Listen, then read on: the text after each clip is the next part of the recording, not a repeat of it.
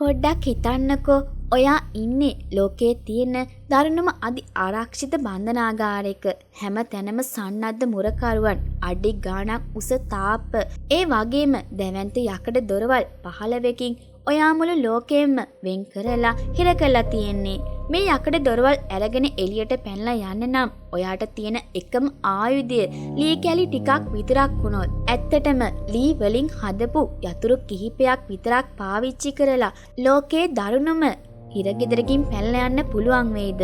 මේක නිකම් හොලිවුඩ් චිත්‍රපටයකට විතරක් සීමා වුණු මනක් කල්පිත කතාවක් නෙවෙයි. 1979 අවුරුද්දේ දකුණු අප්‍රිකාවේ පිටෝරියෝ බන්ධනාගාරයෙන් තමන්ගේ බුද්ධිය පමණක් පාවිච්චි කරලා පැනලා ගිය දේශපාලන සිරකරුවන් 3 දෙනෙක්ගේ ඇඟ කිලිපොලා යන හුස්ම හිර වෙන සැබෑ කතාවක් ගැන මම අද කතා කරන්න යන්නේ. 2020 අවුරුද්දේ තිරගත වුණු අතිශය ජනප්‍රිය වුණ එස්කොෆ් ඔෆ් ප්‍රිටෝරියා කියන සුපිරි ත්‍රාසජනක චිත්‍රපටය ගැන. එහෙනම් ඉතින් වැඩි කතාවක් නැතිව අපි යන් අද ෆිල්ම් එක පැත්තට. ආඩ්ඩර්ටගේ YouTube channel එකත් එක්ක එකතු වෙලා ඉන්න හැමදෙනාම සාදරයෙන් පිළිගන්නවා. තාමත් අපේ channel එක subscribe කරලා නැත්නම් subscribe කරලා අපිත් එක්ක දිගටම එකතු වෙන්න.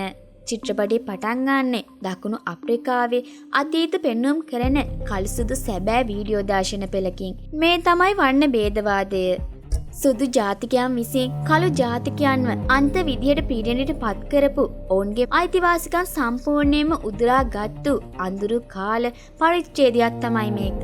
පාරවල්, බස්, පාසල් මේ හැම දෙයක්ම සුදු සහ කළු ජාතිකයන් වෙනම තමයි වෙන් කළා තිබුණේ. මේ අසාධාරණයට එරෙහිව හඬ නගපු ඕනම කෙනෙක්ව දරුණු විදිහට මර්ධනය කරන්න රජයේ ආරක්ෂක අංශ ක්‍රියා කළා.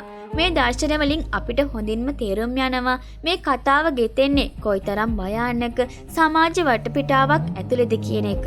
කතාව පටන් ගන්නෙ 1978 අවුරුද්දේ. ටීම් ජෙන්කින්ස් සහ ස්ටීවන් ලීන් කියන මේ වර්ණ භේදවාදයට එරෙහිව සටන් කරන තරුණ ක්‍රියාකාරීන් දෙන්නේ.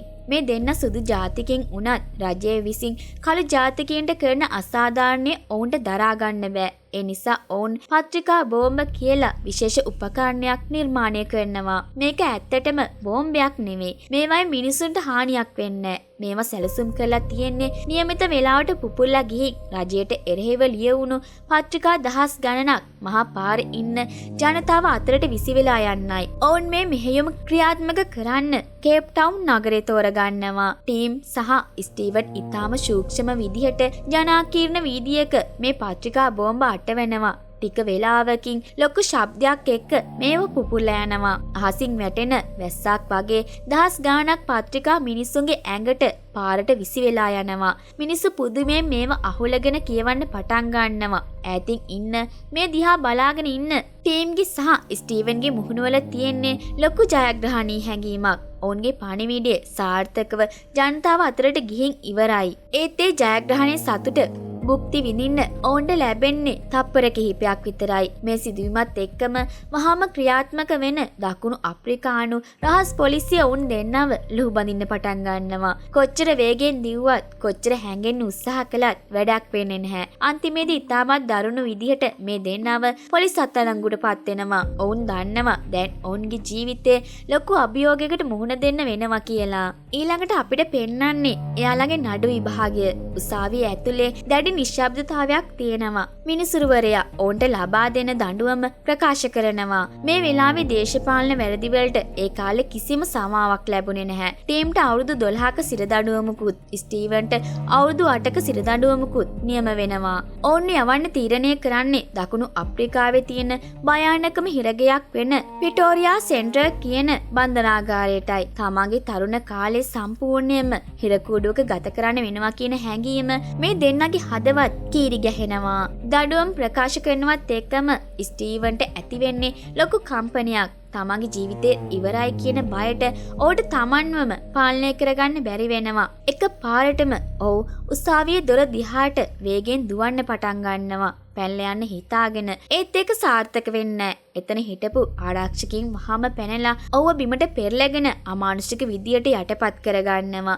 මේ සිදුවීමෙන් පෙන්වුම් කරන්නේ ඔවුන්ට පැනලා යන්න තියෙන ආශාව කොච්චර ප්‍රබලයිද කියන එකයි. ටීම් සහ ස්ටීවන් දැඩි ආරක්ෂාව යටතේ ප්‍රිටෝරියා සෙන්ටර් බන්ධනාගාරයට අරගෙන එනවා. මේක සුදු ජාතික දේශපාලන සිරකරුවන් වෙනුවෙන් හදපු අධි ආරක්ෂිත ස්ථානයක්. ගල් බිත්ති, යකඩ ගේට්ටු, අඳුරු කොරිඩෝව.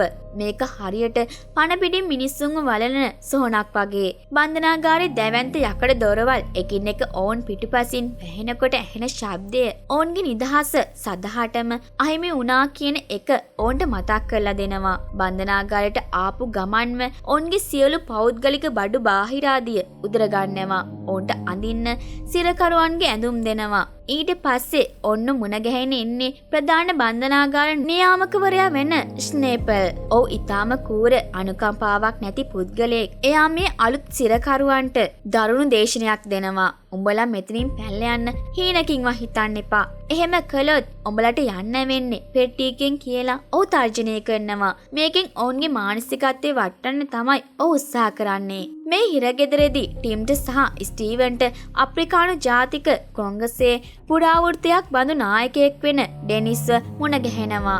ඔහුත් අවුරුදු ගාණක් තිස්සේ මෙතන හිර වෙලා ඉන්න කෙනෙක්. ටිම් පැනලා යන අදහසක් ගැන ඩෙනිස්ට කියද්දි ඩෙනිස් ඒක සම්පූර්ණයෙන්ම ප්‍රතික්ෂේප කරනවා. මෙතනින් පනින්න බෑ. පනින්න හැදුවොත් උඹලා අනිවාර්යයෙන්ම වෙඩි කාලා මැරෙනවා කියලා. ඔව් තරුණයින් දෙන්නව අධෛර්යමත් කරනවා. ඔව් කියන්නේ ඉවසීමෙන් දඩුවම් කාලේ ගෙවලා දාන්න කියලායි. ඒ ටීම් කියන්නේ ලේසියෙන් අත්හරින චරිතයක් නෙමෙයි. ඔව් තමන්ගේ කාමරයට ගිය වෙලාවේ ඉඳන් කරන්නේ එකම එක දෙයයි.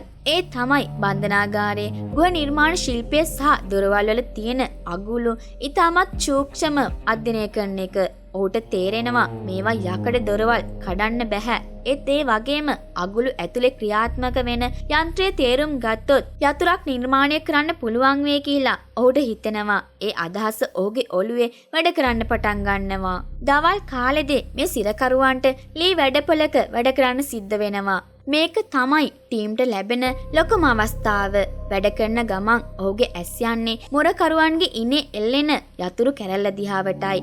ටීම්ට පුදුමාකාර මතක ශක්තියක් තියෙනවා. ඔහු ඈත ඉඳන්ම මොරකරුවන්ගේ යතුරු වල හැඩය ඒ වගේම ඒවැ තියෙන කට්ටවල ප්‍රමාණය තමන්ගේ මතකයට කවද්ද ගන්නවා. ඒක හරියට ඇහෙන් ගන්න ෆොටෝ එකක් වගේ. දැන් එයාට යතුරු හැඩේ මතකයි. ඊළඟ අභියෝගය තමයි මේක නිර්මාණය කරන එක. ඔහු ලී වැඩපොලෙන් පොඩි ලී කෑලි සහ කම්බි කෑලි රහසිගතව තමන්ගේ කලිසමේ හංගගෙන කාමරයට ගේනවා. රැයට හැමෝම නිදාගත්තට පස්සේ මොරකරුවන්ගේ අඩිසද්ද ගැන අවධානයෙන් ඉඳගෙන ඔහු මේ ලී කෑලි කපලා යතුරු හදන්න පටන් ගන්නවා. මේක ඊටාම ඉවසීමෙන් කළ යුතු භයානක වැඩක්. එක පොඩි සද්දයක් ඇහුනොත් මොරකරුවන් ඇවිත් ඔහු අල්ල ගන්නවා. ලී කුඩු ටික පවා එයා හංගන්නේ හරිම ප්‍රවේශමෙන්. දවස් ගානක මහන්සියෙන් පස්සේ එයා තමන්ගේ පළවෙනි ලී යතුරු හදලා ඉවර කරනවා. දැන් තියෙන්නේ මේක වැඩ කරනවද කියලා බලන එක.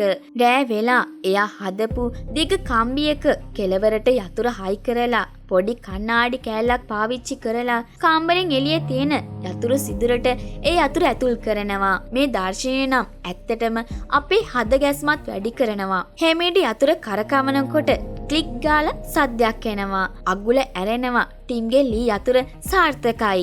ඒත් එක ලොකු ප්‍රශ්නයක් තියෙනවා. කාමරේ දොර ඝනකම වැඩි. කාමරේ ඇතුලේ ඉඳන් කම්බියක් යවලා එළියේ තියෙන අගුළු අරින්න ගොඩක් අමාරුයි. මේකට විසඳුමක් විදිහට ටීම් තවත් අපූර්ව නිර්මාණයක් කරනවා. ඔහු ලී වලින් විශේෂ ප්‍රෑන් එකක් ඒ කියන්නේ යතුරු ඇතුළට දාලා කරකවන්න පුළුවන් යන්ත්‍රයක් හදනවා. මේකෙන් පෙන්වුම් කරන්නේ ටීම්ගේ තියෙන ඉංජිනේරුමේ හැකියාව සහ මොළයේ තියෙන තියුණු බවයි. එයා කිසිම බාධාවකට යටත් වෙන්න ලෑස්ති නෑ. දැන් ටීම් තමන්ගේ සැලසුම ස්ටීවන්ට කියනවා. ස්ටීවන් මේකට සම්පූර්ණයෙන්ම එකතු වෙනවා. කාමරෙන් එළියට ගියාට මදි. මහා පාරට යන්න නම් තව දොරවල් 15ක් විතර පහු කරන්න ඕන. ඒ නිසා ඔවුන් දෙන්න එකතු වෙලා සම්පූර්ණ බන්ධනාගාරයේම සිටියම හිතින් අඳින්න පටන් ගන්නවා. මොරකරුවන් එහාම යන වෙලාවල් දොරවල් වල පිහිටීම මේ හැම දෙයක්ම ඔවුන් ඊටාම සූක්ෂමව අධ්‍යයනය කරලා ලියා ගන්නවා. මේක හරියට මහා පරිමාණ යුද මෙහෙයුමක් වගේ සැලසුම් කරනවා වගේ වැඩක්. මේ සැලසුමට තවත් කෙනෙක්ව එකතු කරගන්න ඕන් තීරණය කරනවා. ඒ තමයි ලෙනාඩ් කියන ප්‍රංශ ජාතික සිරකරුවා. ඔහුට මේ හිරගෙදර ඉඳලා එපා වෙලා තියෙන්නේ. විශේෂයෙන්ම එයාගේ පොඩි පුතාව දකින්න ඔහුට තියෙන්නේ පුදුමාකාර ආසාවක් සහ උමතුවක්. ඒ ආදරය නිසාම ඔහු ඕනෑම අවදානමක් ගන්න සූදානම්. ලෙනාඩ් එකතු වීමත් එක්ක මේ පෙන්ලා යාමේ කණ්ඩායම තවත් ශක්තිමත් වෙනවා. දැන් මේ තුන්දෙනා මාස ගාණක් තිස්සේ එකතු වෙලා දොරවල් වලට ගැලපෙන විදිහට ලී යතුරු දුසිම් ගාණක් හදනවා. මේවා කාමරේ ඇතුලේ තියාගන්න එක භයානක නිසා එයාලා මේ යතුරු හංගන්න විවිධ තැන් පාවිච්චි කරනවා. සමහර යතුරු බන්ධනාගාරයේ වත්තේ පස් යට හංගනවා. තවත් ඒවා වතුර බොන වාජන ඇතුලේ රහස් තැන් හදලා ඒවේ හංගනවා. දවසින් දවස උන් ජීවත් වෙන්නේ ලොකු බීතියකින්. මොකද එක යතුරක් හරි අහුනොත් හැමදේම ඉවරයි. මේ අතර දවසක් හදිසියෙන් බන්ධනාගාර නිලධාරීන්ගේ දැඩි සෝදිසි කිරීමක් ආරම්භ වෙනවා. ප්‍රධාන නියාමක ස්නේපල් කෙලින්ම එන්නේ ටීම්ගේ කාමරයට. මේ වෙලාවේ ටීම් ළඟ අලුතින්ම හදපු යතුරක් තියෙනවා. ස්නේපල් කාමරයට එනකොට ටීම්ට කරන්න දෙයක් නැතිකමට ඒ යතුර උතුරන වතුර තියෙන වාජනයක් ඇතුළට දාලා වහනවා. ස්නේපල් මුළු කාමරේම අවුස්සලා බලනවා. වතුර භාජනයේ පියන අරින්න ඔහු අත දික් කරන මොහොතේම අපේ හුස්මත් නතර වෙනවා වගේ දැනෙනවා. ඒත් වාසනාවකට ඔහු ඒක අරින්නේ නැහැ. ටීම්ගේ රහස යන්තමින් බේරෙනවා. තවත් දවසක ටීම්ට පුදුම සහගත අවස්ථාවක් ලැබෙනවා. එක මුරකරුවෙක් අතපසු වීමකින් තමන්ගේ ප්‍රධාන යතුරු කැරැල්ල දොරක ගහලා අමතක වෙලා යනවා. ටීම් ඉක්මනින් ගිහින් ඒ යතුර අතට අරගෙන ඒකේ හැඩය සහ තමන් හදපු ලී යතුරු වල හැඩය සංසන්දනය කරලා බලනවා. තමන්ගේ මතකයෙන් කරපු නිර්මාණය 100%ක්ම නිවැරදි කියලා ඔහුට තහවුරු වෙනවා. මේකෙන් ඔවුන්ගේ පැනලා යාමේ සැලසුමට ලොකු විශ්වාසයක් ගෙන දෙන අවස්ථාවක්. දැන් එයාලට ඕන මේ යතුරු වලින් ඇත්තටම එළියට යන්න පුළුවන්ද කියලා අත්දැක බලන්න. ඒ නිසා රෑක මේ තුන්දෙනා තමන්ගේ කාමර වලින් එළියට ඇවිත් පෙර පුහුණුවක් කරනවා. ඔවුන් පළවෙනි දොරවල් කිහිපය සාර්ථකව අරගෙන ඉස්සරහට යනවා. ඒත් එක පාරටම මුරකරුවෙක් එන සද්දයක් ඇහෙනවා. ඔවුන්ට තියෙන්නේ තත්පර කිහිපයයි. අරින දොරවල් ආයෙත් වහගෙන හිමීට සද්ද නොකර දුවලා ඇවිත් ආපහු කාමර වලට වෙලා නිදාගත්තා වගේ ඉන්න ඔවුන්ට පුළුවන් වෙනවා. මුරකරුවට කිසිම දෙයක් සැක හිතෙන්නේ නැහැ. ඒත් කාලය ඔවුන්ට හරස් වෙනවා. දවසක් උදේ බලද්දි ටීම් දකිනවා බන්ධනාගාරයේ අලුත්ම තුවක්කු කුළුණක් හදන්න පටන් අරගෙන තිනවා කියලා. මේක හැදුවොත් ආරක්ෂාව තවත් දැඩි වෙනවා. ඊට පස්සේ කිසිම දවසක පැනලා යන්න වෙන්නේ නැහැ කියලා ටීම්ට තේරෙනවා. ඒ නිසා තවත් කල් මැරෙන්නේ නැතුව හැකි ඉක්මනින් පැනලා යන්න ඔවුන් තීරණය කරනවා. ඔවුන්ගේ අවසන් සැලසුම දැන් ක්‍රියාත්මක වෙන්නයි යන්නේ. මේ සැලැස්මට ඩෙනිස්ගෙන් උදව්වක් ලැබෙනවා. ඩෙනිස් පැනලා යන්න අකමැති වුණත් මේ තරුණයන් තුන්දෙනාට උදව් කරන්න ඔහු කැමති වෙනවා. පැනලා යන වෙලාවේ මුරකරුවන්ගේ අවධානය වෙන පැත්තකට හරවන්න බන්ධනාගාරයේ විදුලිය විසන්ධි කරලා පොඩි කලබලයක් ඇති කරන්න ඩෙනිස් පොරොන්දු වෙනවා. මේකෙන් පෙන්눔 කරන්නේ මේ සිරකරුවන් අතරේ තියෙන සහෝදරත්වය සහ එකමුතුකම කොච්චරක්ද කියන එකයි. ඔන්න අන්තිමේදී ඒ තීරණාත්මක දවස උදා වෙනවා. ඒ තමයි 1979 අවුරුද්දේ දෙසැම්බර් 11 වෙනිදා රෑ. මුරකරුවන් නිදා ගන්නකම් ඉඳලා ටීම් ස්ටීවන් සහ ලෙනාඩ් තමාගේ ලී යතුරු සහ උපකරණ ටික අරගෙන කාමර වලින් එළියට එනවා. නිදහස කරා යන මේ ගමනේදී ඔවුන්ට අගුළු දාපු දැවැන්ත යකඩ දොරවල් 10ක් පහු කරගෙන යන්න සිද්ධ වෙනවා. එකින් එක දොරවල් ලී යතුරු වලින් අරිමින් ඔවුන් ඊටාම පරිස්සමෙන් කිසිම සද්දයක් නොකර ඉස්සරහට යනවා. එයාලා පරිපාලන කොරිඩෝව හරහා යනකොට එක පාරටම අකර තැබ්බියකට මුහුණ දෙනවා. රාත්‍රී මුර සංචාරයේ යෙදෙන මුරකරුවන් ඔවුන්ගේ දිහාවට එනවා. ආපහු හැරිලා යන්න වෙලාවක් නැහැ. එකම විසඳුම කොරිඩෝවේ තියෙන පොඩි ඉදල් කොසු දාන කාමරයකට රිංගලා හැංගෙන එක විතරයි. තුන්දෙනාම මේ පොඩි කාමරයට රිංගලා හුස්ම හිර කරගෙන ඉන්නවා. මේ දර්ශනය තමයි මුළු චිත්‍රපටයේම තියෙන ත්‍රාසජනකම අවස්ථාව. අර මුරකරුව ඇවිත් හරියට මේ කාමරේ දොර ළඟ නතර වෙනවා. කාමරේ දොරේ තියෙන වීදුරුවේ මුරකරුවා තමන්ගේ මූණේ තියෙන කුරුලෑවක් කණ්ණාඩියෙන් බලනවා වගේ පේනවා. දොරේ එහා පැත්තේ ඉන්න මුරකරු මෙහා පැත්තේ මේ තුන්දෙනා ඔවුන්ගේ හදවත් ගැහෙන සද්දේ පවා ඔවුන්ට ඇහෙනවා. පොඩි හරි සද්දයක්, පොඩි හරි කැස්සක් ආවොත් හැමදේම ඉවරයි. ඒත් වාසනාවකට මුරකරු ටික වෙලාවකින් එතනින් යන්න යනවා. ඔවුන්ට ආයෙත් උස්ම ගන්න පුළුවන් වෙන්නේ ඒ වෙලාවට. කොහොම හරි එයාලා අන්තිමට දොර ළඟට එනවා. මේක තමයි කෙලින්ම මහා පාරට විවෘත වෙන දැවැන්ති යකඩ දොර. ටීම් තමන්ගේ ලී යතුර ඒ අගුලට දාලා කරකවනවා. ඒත් යතුර කැරකෙවෙන්නේ නැහැ. දොරේ අගුලේ තියෙන යකඩ ලීවරය ගොඩක් බරයි. ලී යතුර කැඩිලා යන්න තරම් තදයි. මොහොතකට යාළගේ මුහුණුවල ලොකු බලාපොරොත්තු කඩවීමක් දකින්න පුළුවන්. මෙච්චර දුරක් ඇවිල්ලා අන්තිම මොහොතේ පරාජය බාරගන්න වෙයිද කියලා එයාලට හිතෙනවා. ඒ ටීම් පරාජය බාරගන්නේ නැහැ. එයා තමන් ගෙනාපු උපකරණ මල්ලෙන් යකඩ නියනක් සහ තවත් ලී කෑල්ලක් එළියට ගන්නවා. ඔවුන් ඊටම සූක්ෂම විදිහට නියන අගුල ඇතුළට දාලා ලී කෑල්ලෙන් එක තද කරලා ලීවරේ බලෙන් උස්සන්න උත්සාහ කරනවා. ඔවුන් තමගේ මුළු වෙහෙසම දාලා මේක කරනවා. තප්පර ගාණක් යනකොට ටක් ගාලා අගුල ඇරෙන සද්දය ඇහෙනවා. එයාලා අන්තිමට ඒ දොරත් ජය ගන්නවා. දොර අරගෙන එයාලා පිටෝරියෝ නගරේ පාතබනවා. දවස් මාස ගානකට පස්සේ ඔවුන්ට නැවුම් වාතය හුස්ම ගන්න ලැබෙනවා. ඔවුන් ඉක්මනින් තමන්ගේ හිර ඇඳුම් ගලවලා විසි කරනවා. දැන් එයාලව දැක්කාම කාටවත් කියන්න බෑ මේ අති දරුණු හිරගෙදරකින් පැනලා ආපු සිරකරුවන් 3 දෙනෙක් කියලා. ඔවුන් නිදහස් මිනිස්සු විදියට පාරට එනවා. පයින් යන්නේක භයානක නිසා ඔවුන් කුලී රථයකට අත දානවා. මේ පදවන්නේ කළු ජාතික රියදුරෙක්. ටික දුරක් යනකොට රියදුරාට තේරෙනවා මේ ඉන්නේ කවුද කියලා. ඔවුන්ට දාඩිය දාලා කලබලලා ඉන්න විදිහෙන් මේ පැනලා ආපු අය බව ඔහුට වැටහෙනවා. ඒත් වර්ණ භේදවාදයට එරෙහිව සටන් කරපු මේ සුදු ජාතිකින්ව පාවලා දෙන්න ඔහු කැමති වෙන්නේ නැහැ. ඔහු hina වෙලා කිසිම ප්‍රශ්නයක් අහන්න නැතුව නගරයෙන් පිටතට ආරක්ෂිතව අරගෙන යනවා. මේක ඔවුන්ට ලැබුණු ලොකු සහයෝගයක්. චිත්‍රපටයේ අවසානයෙන් පෙන්වන්නේ මොන්ටාජ් එකක්. ඒ කියන්නේ ඔවුන්ගේ ඉදිරි ගමන ගැන කෙටි දර්ශන පෙළක්. දකුණු අප්‍රිකාවෙන් පැනගත්ත මේ 3 දෙනා මොසැම්බික් සහ ටැන්සෑනියාව හරහා ඊටම දුෂ්කර ගමනක් ගිහින් අන්තිමේදී ලන්ඩන් නුවරට ගිහින් දේශපාලන රැකවරණය ලබා ගන්නවා. ලී කෑලි වලින් පටන් ගත්තු මේ වීර චාරිකාව සාර්ථකව අවසන් වෙනවා.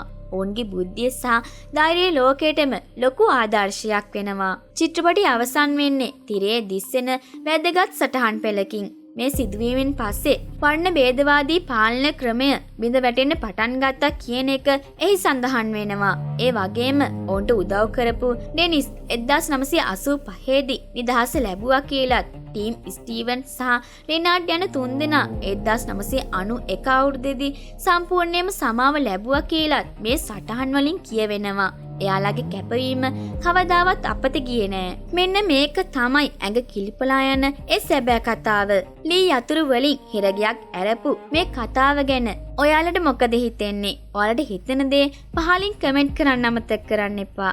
තාමත් අපේ channel එක subscribe කරලා නැත්නම් subscribe කරලා අපිත් එක්ක දිගටම එකතු වෙන්න. ඉතින් මේ වගේ සුපිරිම ෆිල්ම් එකක් අරන් එනකම් මම ඔයාලගෙන් සමු ගන්නවා. ඔයාලා හැමෝටම සුබ දවසක්.